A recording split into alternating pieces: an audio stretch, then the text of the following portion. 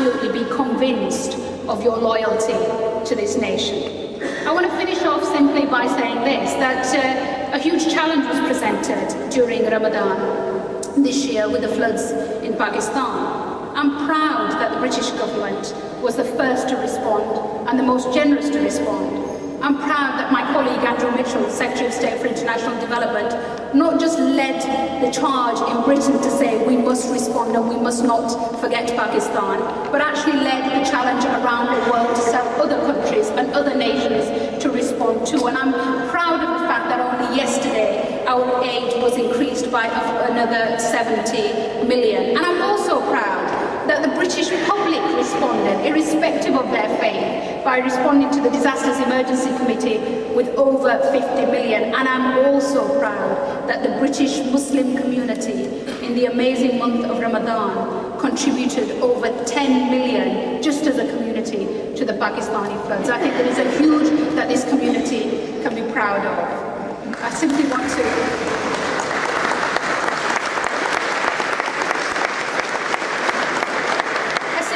finish by saying this, that when I walk around this room, so many of you say to me, we're proud of you, we're really proud of what you've achieved, we really like the fact you wear shabbat kameez, we really like the fact you did God last week, we really like the fact that you're proud of what makes you, the fact that you are proud of being British, proud of being of Pakistani origin, proud of being from Yorkshire, proud of being Muslim.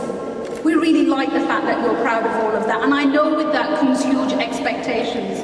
I sincerely hope I can live up to those expectations, and I sincerely hope that you will help me and support me and guide me in fulfilling those responsibilities. From the bottom of my heart to all of you, a very dear Eid Mubarak.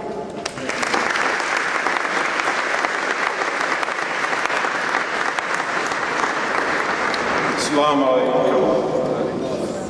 Well, Saida, I have to say, we both come from the same county in the United Kingdom, Yorkshire, and we're pretty damn proud of you as well. You've done quite well.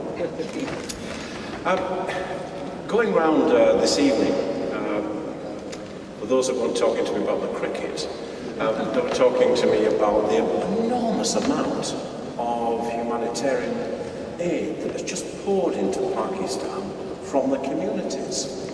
And the thing that I think is most impressive about it, it's not individually large sums. This isn't necessarily coming from very rich people. It's about a community working together, being brought together over a catastrophe that many people in communities up and down the United Kingdom have experienced with. There's family, there's friends there, and there's the worry. Now, I think it speaks enormous values about compassion and unity, and togetherness and generosity, all of which is in the spirit of Eid.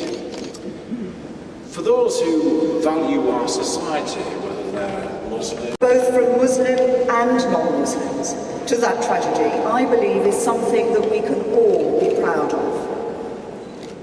The Muslim community in this country has indeed achieved a great deal in recent years, particularly in politics.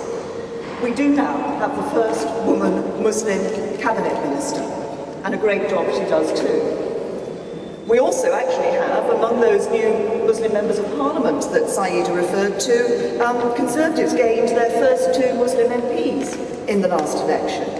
And I believe that all of these steps forward are symbolic of the fresh new direction that we are taking this country, with the Muslim community as a central and integral part. And central and integral to our agenda as a government, to the coalition government, are the 3 key themes of fairness, freedom and responsibility. And I want to take a slightly different approach to my colleagues and just say a little bit about some of the things we've been doing since we came into government. Because in the short period we've been in power, the coalition has achieved an enormous amount to take us forward and progress those 3 aims. And in fact, the very first piece of legislation we introduced was a Home Office bill, it's in my area of responsibility, squarely focused on freedom. That is the bill to scrap ID cards for British citizens. We've also started the first ever review of counter-terrorism powers with the aim being to achieve a better balance between public safety and civil liberties, something the last government got badly wrong. Section 44 stop and search is just one example of where they got it wrong, and we will get the balance right. We believe in integration. We believe in people throughout the country from all communities coming together, working together, supporting and trusting each other. And of course that also means challenging extremists in all camps who oppose this and want to drive us apart. It's a positive agenda about building a better society for everyone. And unlike the previous government, we aren't going to confuse counter-terrorism and social policy, so we will be reviewing the prevent strategy. But I think it's important that we, as a new government, start treating the Muslim community as a mature and fundamental part of our society, and stop talking to the Muslim community only about counter-terrorism. That's again something I think has failed in the past.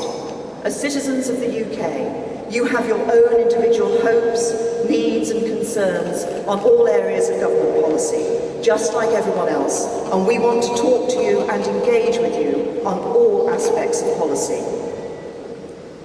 At its heart, this government is about breaking down barriers, whether they be in tackling discrimination or empowering communities. The Muslim community has a proud tradition of engagement in politics at a local level, and let us all hope that the recent advances at a national level are followed up with more and more young Muslims becoming involved in British politics in all parties and at all levels. Let's celebrate the progress that has been made at the same time as we celebrate this wonderful festival. Eid Mubarak to you all.